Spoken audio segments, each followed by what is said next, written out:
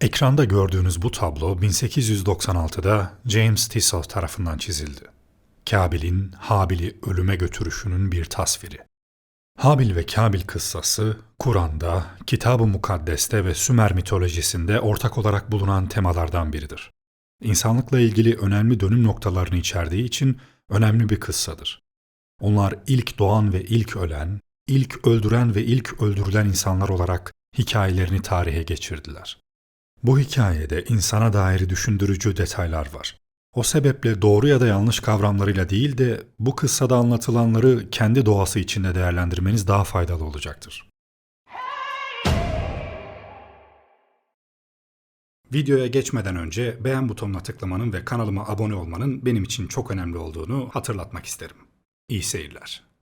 Yahudiliğin ana mukaddes metinlerini oluşturan kitapların kanonik bir koleksiyonu olan ve Hristiyanlar tarafından İbranice mukaddes kitap ya da eski ahitte denilen Tanah'ta Habil ve Kabil, Adem ve Havva'nın ilk iki oğludur.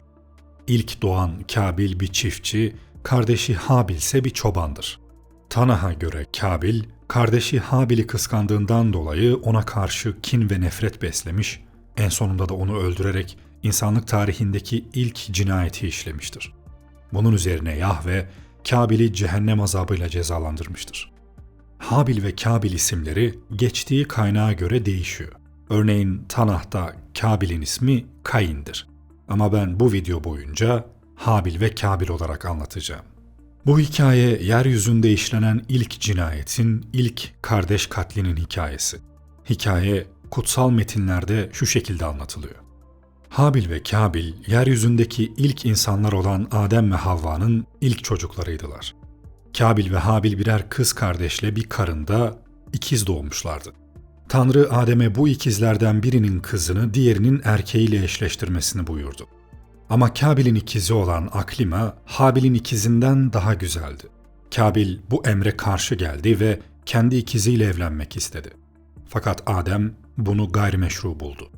Daha sonra bir çözüm olarak Habil ve Kabil'in Tanrı'ya sunular sunmasını ve hangisi kabul edilirse Aklima'yı onun almasını önerdi.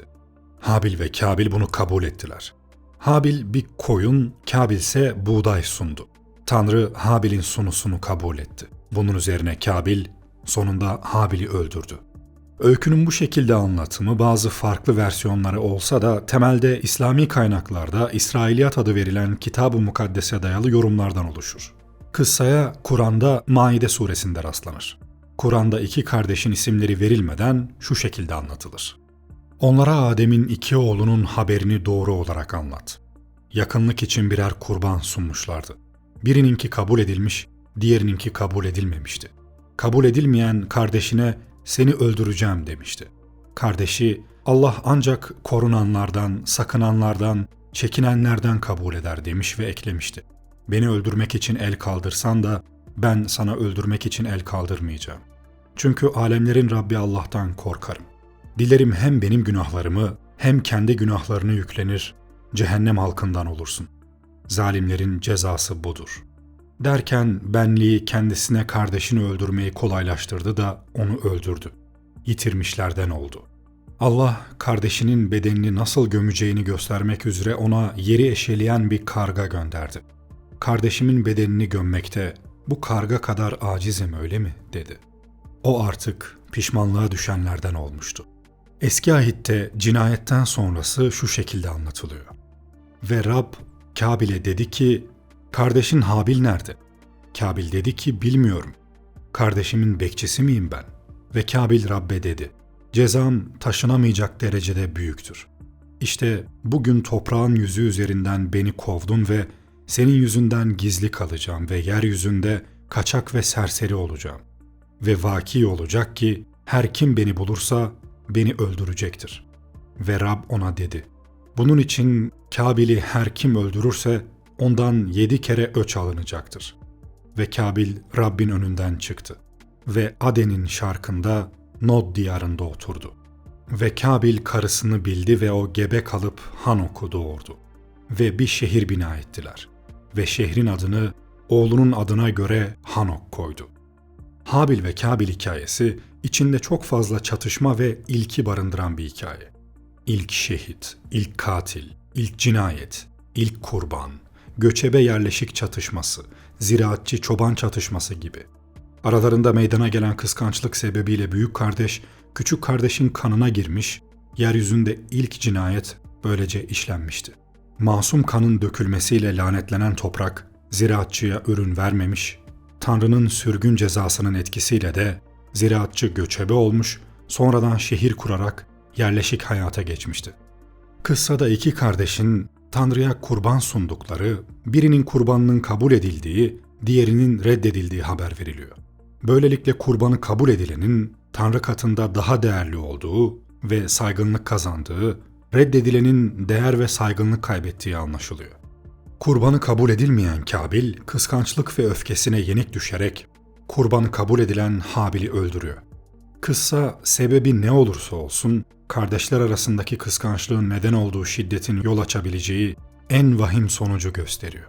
Ayrıca bir peygamber ailesi içinde gerçekleşen bu olayla genelde herhangi bir insana, özelde kardeşe karşı uygulanan şiddetin asla bir çözüm olamayacağı mesajı çok çarpıcı ve kuvvetli bir şekilde veriliyor. Kıssada belirtildiğine göre Kabil, kardeşini öldürdükten sonra iç dünyasında oluşan düş kırıklığı, yoksunluk duygusu ve amacına ulaşamamış olmanın verdiği huzursuzlukla perişan olmuş, hem istediğine kavuşamamış hem de dünya ve ahirette kaybedenlerden olmuştu. Kıssada Kabil'in şahsında kötülüğün egemen olduğu insan ve kardeş tipi, Habil'in şahsında ise iyiliğin egemen olduğu insan ve kardeş tipi temsil ediliyor. Habil ve Kabil kıssası, insanın dünya üzerindeki varoluşunun mitolojik boyuttaki ilk cinayetidir. Dini söylem, insanlığın sonraki zamanlarda işlediği her bir cinayetin günahından bir payı ilk katil Kabil'e yükler. Söylence ve dini metinlere göre bu cinayetten sonra dışlanan ve yurdunu bırakıp giden, alnında bu büyük suçun nişanını taşıyan Kabil, Aden'in doğusunda, Nod bölgesinde Hanok adında bir şehir kurar. Hanok veya Enok, aynı zamanda onun kurduğunun devamını getirecek olan oğlunun adıdır. O şehir veya şehirleşme, yeryüzünde insan medeniyeti için yeni bir adım olur. Kabil, işlediği cinayetten sonra kendisine Habil'i soran Tanrı'ya şöyle bir yanıt vermişti yani, kardeşimin bekçisi miyim? Verilen yanıttaki isyankar ve küstah tonun dışında mesajın anlamı ile ilgili herhalde öncelikle şu düşünülebilir. Binlerce yıl öncesinin kutsal bir hikayesindeki bu ifadenin tüm eksikliği ve dramatik bağlamına karşın kulağımıza ne kadar tanıdık ve yakın gelişi. Kardeşiyle ilgili bir şey sorulan veya sorulan bu şeyle ilgili azarlanan ablalar veya abilerden bu sözü duymamız çok da alışılmamış bir şey değildir. Bu sözler soru kipinde olsa da bir belirleme de yapar. Beni kardeşimin bekçisi kıldınız. Kardeşi tehlikelerden, kaybolmasından, başına bir şeyler gelmesinden koruyan bir kişinin göreviyle ilgili isyanı ve itirazıdır bu. En büyük erkek çocuk olmanın zorluğu iki yönlü bir güçlük olarak tanımlanır. Büyük erkek çocuk, babanın gözünde Oidipus nitelikli rakip olarak bir tehdit yaratır. Babanın onunla ilişkisinde her zaman bir zorluk vardır. Baba kendi ölümünün ardından sahip olduklarının hepsinin sahibi olacak kişiliği büyük erkek çocuğunun şahsında görür. Öte yandan büyük erkek çocuk yani abi, küçük erkek kardeş veya kardeşler için zaman zaman babanın yerine konulan bir figür olarak Oidipus nitelikli nefret, rekabet ve saldırının hedefi haline gelir. Displacement yani dürtülerin yer değiştirmesi sonucunda ortaya çıkan bu durumda dürtülerin eyleme geçirilmesi babaya yönelik olmasından daha kolaydır. Kitab-ı Mukaddes'e göre Tanrı işlediği cinayetten sonra Kabil'in alnına bir nişan koyar ve bu nişanla onu korumaya alır. İşlediği suçla lanetlenen bir kişinin herhangi bir intikama karşı korunmaya alınmasında amaç ne olabilir? Burada bir korumadan çok aslında bir cezalandırma söz konusu. Kabil'in öldürülmesi cezalandırma değil, onun için bir kurtuluş olacaktır. Kabil yaşadığı müddetçe vicdan azabı çekecek. Yaşamı boyunca yaptığının lekesini alnında taşıyacak. Hatta bu suçluluk onun yaşamıyla sınırlı kalmayacak, onun soyuna da sirayet edecek. Aile her bir üyesi için en güvenli ortam olmasına rağmen bazen şiddet ve istismar kişiye bizzat aile fertlerinden gelebilir. Şiddet, insanlar arasında var olan diğer tüm ilişkilerde olduğu gibi aile ilişkilerinin de bozulmasına neden olur.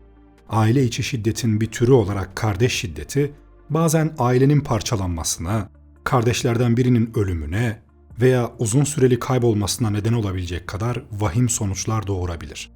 Kur'an'da da kardeşin kardeşi öldürmesiyle sonuçlanan bu şiddet hadisesi ve uzun süreli kayıpla sonuçlanan kardeş şiddetini anlatan Hazreti Yusuf ve kardeşleri kıssası anlatılır. Her iki kıssada kardeş şiddetinin nedenlerinin ve mağdur olan kardeşin olayların gelişimindeki davranışları ışığında şiddetin önlenebilmesinin ipuçlarını barındırır. Kardeş şiddetinin uygulanabilmesinin ilk şartı güçlü kardeşin gücünü kötüye kullanmasıdır. Zaten bu durum gerek kardeş gerek eş şiddeti gibi bütün aile içi şiddetlerin de ortak özelliğidir. Hemen hemen tüm insanların hissettiği, hayatı çekilmez hale getirebilen, eşler arasında boşanmalara, kardeşler ve arkadaşlar arasında çatışmalara neden olan kıskançlık, başka bir kişinin üstünlük gösterdiği veya sevilen birinin başkasıyla ilgilendiği kanısına varılınca, kişinin hissettiği duygu ve takındığı tutumdur.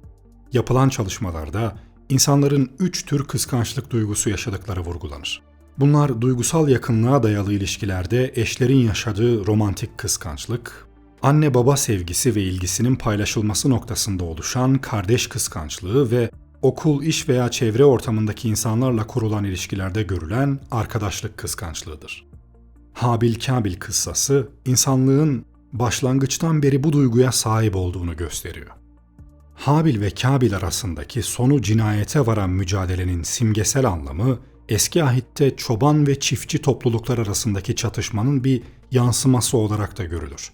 Bu anlatımın sembolik anlamı, çiftçi Kenanlıların çoban göçer İsrailoğullarına bulaşma ve istilasına karşı bir önlem olabileceği yolundadır. Kabil ve Habil anlatısı, toplumsal yapıda yerleşik hayata geçenlerle göçer yaşamı sürdürenler arasında geçen çatışmanın yansıtılmasıdır.